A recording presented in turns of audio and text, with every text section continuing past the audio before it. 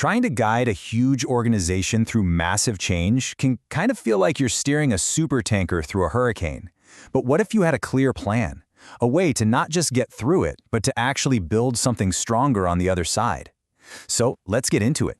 This is a roadmap for architecting true resilience. And that right there is the big question every single leader has to ask themselves.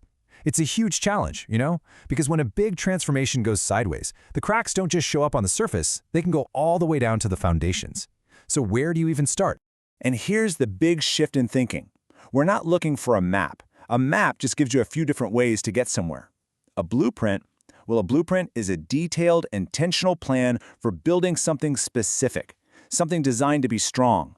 We're not just finding a path, we are literally constructing the future. With any big building project, the most important work actually happens long before you ever break ground. This whole first phase is all about that prep work. It's about getting the vision crystal clear from day one. All right, so let's start at the very beginning, laying that foundation. We have to figure out two things. Exactly where are who going, and who needs to be on board for the journey.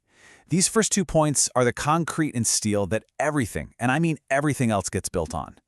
First up, and this one is absolutely non-negotiable, you've got to establish your true north. Think of this as the plot of land you're building on. It's your ultimate destination, the one thing that doesn't change. Every single choice you make has to point toward it. Without that, you're basically just building on sand.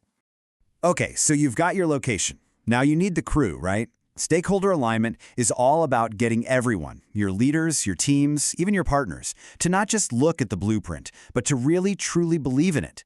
Getting that buy-in early on is what stops those deep structural cracks from ever forming later. All right, our foundation is poured and it's solid. Now we can shift from the where and the who to the how.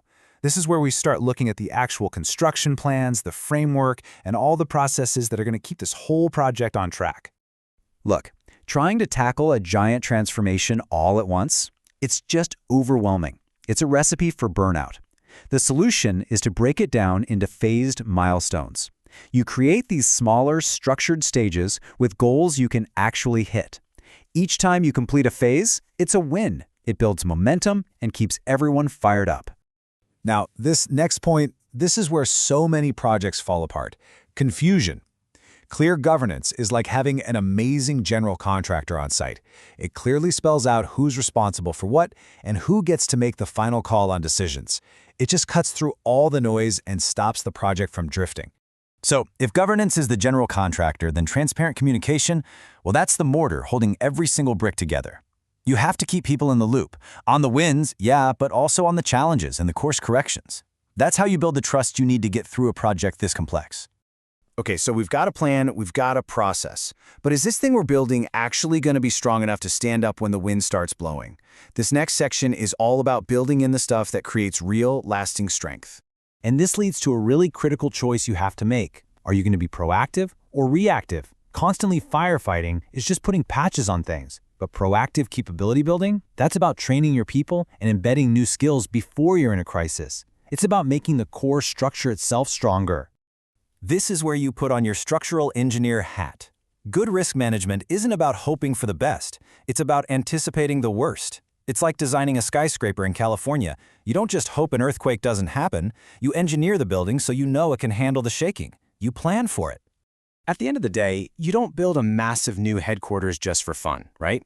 You build it for a purpose, and tracking your benefits is how you check to see if the building is actually serving that purpose.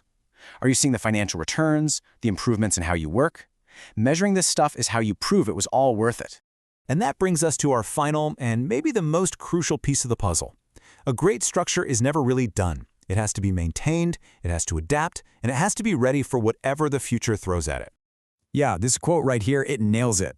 The world does not stand still. Your blueprint can't be carved in stone because it'll be obsolete in a year. It has to be more like a dynamic, digital model that you can update and tweak as things change. Flexibility isn't a bug, it's a feature.